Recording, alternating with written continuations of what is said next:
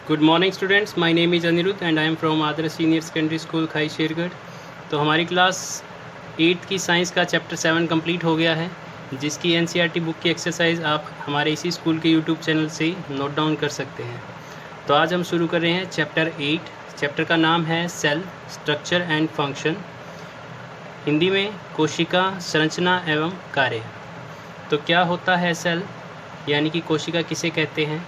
The structural and functional unit of all the living organism is called cell, यानी कि जितने भी जीव होते हैं उनके शरीर की संरचनात्मक यानी कि स्ट्रक्चरल और कार्यात्मक यानी कि फंक्शनल यूनिट इकाई, यानी कि जितने भी जो जीव हैं उनके शरीर की संरचनात्मक और कार्यात्मक जो इकाई होती है वो क्या कहलाती है? कोशिका। उसे कोशिका कहते हैं।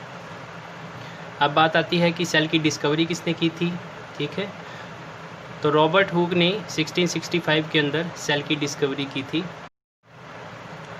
रॉबर्ट हुक ने सेल की डिस्कवरी कैसे की तो वो भी देख लेते हैं। Robert Hooke in 1665 observed thin slice of cork under a simple microscope. Robert Hooke ने क्या किया, 1665 के अंदर उनके पास कॉर्क की थिन स्लाइस थी, यानी कि कॉर्क क्या होता है? ये एक जो प्लांट की मेन स्टेम होती है उसी का पार्ट होता है। फॉर एग्जांपल कि ये प्लांट की मेन स्टेम है, ठीक है, जस्ट इमेजिन कि एक प्लांट है, तो इसके ऊपर क्या होती है? ऊपर की तरफ जो छिलके से होते हैं, ठीक है, जिनको हम क्या बोलते हैं? बार्क। ठीक है, हिंदी में कहे तो छाल इसको कहा जाता है, बार्क। और बार्क के अंडर यानी कि बार्क के नीचे, छाल के नीचे एक पतली परत और होती है जिसको कॉर्क कहा जाता है। ठीक है, तो उन्होंने क्या कर रखा था कि उनके पास कॉर्क की पतली स्लाइसिस थी, यानी कि थिन स्लाइसिस, यानी कि पतली परत थी कॉर्क की, तो उसको वो माइक्रोस्कोप यानी कि सूक्ष्मदर्शी के अंदर देख रहे थे। ही ऑब्जर्व्ड पार्टीशन्ड बॉक्सेस, तो उनको उसमें क्या दिखाई दिया? बिल्कुल खाली बक्से नुमा यानी कि छोटे डिब्बों जैसी आकृति उसके अंदर नज़र आई। These boxes appeared like honeycomb, और ये जो बॉक्सेस थे, ये जो डिब्बे थे, कैसे नज़र आ रहे थे? हनी कॉम की तरह, यानी कि जो मधुमक्खी का छत्ता होता है, ठीक है, उसके जैसी स्ट्रक्चर इसमें नज़र आ रही थी। He was called them empty boxes, उस समय उन्होंने इसको नाम दिया खाली डिब्बे यानी कि empty boxes.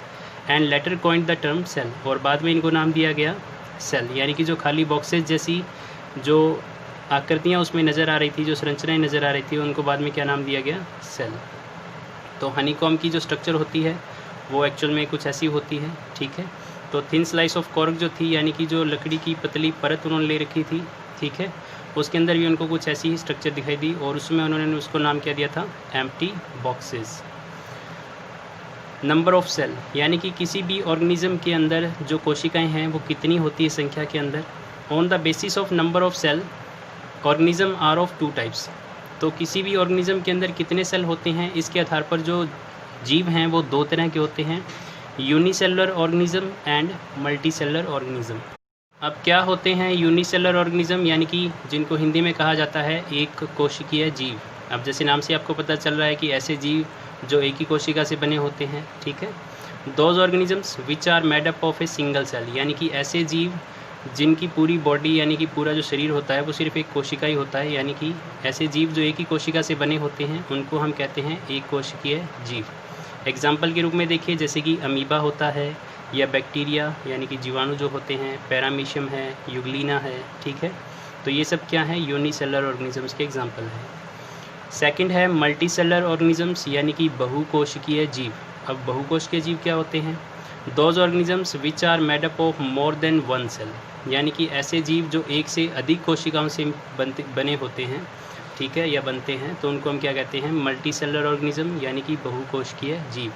Example human beings हैं, एनिमल्स हैं, ठीक है, ये सब क्या हैं? मल्टी सेलुलर ऑर्गेनिजम्स, यानी कि बहुकोशिकीय जीव। अब बात करते हैं सेल की शेप की, ठीक है, यानी कि कोशिकाओं की आकृति कैसी होती है। Shape of cells depends upon the function, यानी कि कोई जो कोशिका होती है उसकी आकृति किस पर निर्भर करती है कि वो कोशिका जो वो किस तरह का कार्य कर रही है। ठीक है, generally cells are round, spherical और इलोंगेटेड। ज़्यादातर क्या होते हैं? साधारणतया जो कोशिकाएं होती है वो गोल होती हैं, लंबी होती हैं। ठीक है, जैसे कि ब्लड सेल्स, यानी कि जो इंसान के ब्लड सेल्स होते हैं, यानी कि जो रक्त की कोशिकाएं होती हैं, कौन सी? RBCs यानी कि रेड ब्लड सेल्स यानी कि लाल रक्त कोशिकाएं। तो ये कैसी होती हैं स्ट्रक्चर के अंदर, ये राउंडेड होती हैं, ठीक है। Some cells are long and pointed at both ends, spindle shape यानी कि कुछ जो कोशिकाएं होती हैं वो लंबी होती हैं और दोनों सिरों के ऊपर वो क्या होती हैं, नुकीली होती हैं, पॉइंटेड होती हैं, ठीक है। तो जिनको ये जो आकृति है, ठीक है, लॉन्ग और पॉइंटेड एंड्स, तो इसको हम बोलते हैं स्पिंडल शेप यानी कि बेलनाकार।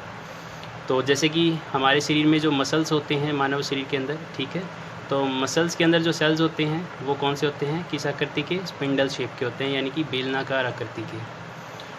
सम cells are long and branched, कुछ कोशिकाएं ऐसी भी होती हैं जो लंबी होती हैं और साथ ही शाखान्वित होती हैं यानी कि उनकी कुछ शाखाएं होती हैं, जैसे कि इंसान के अंदर नर्व सेल्स यानी कि जो ब्रेन और स्पाइनल कॉर्ड के जो सेल्स होते हैं उनको नर्व सेल्स कहा जाता है यानी कि तंत्रिका कोशिकाएं, ठीक है।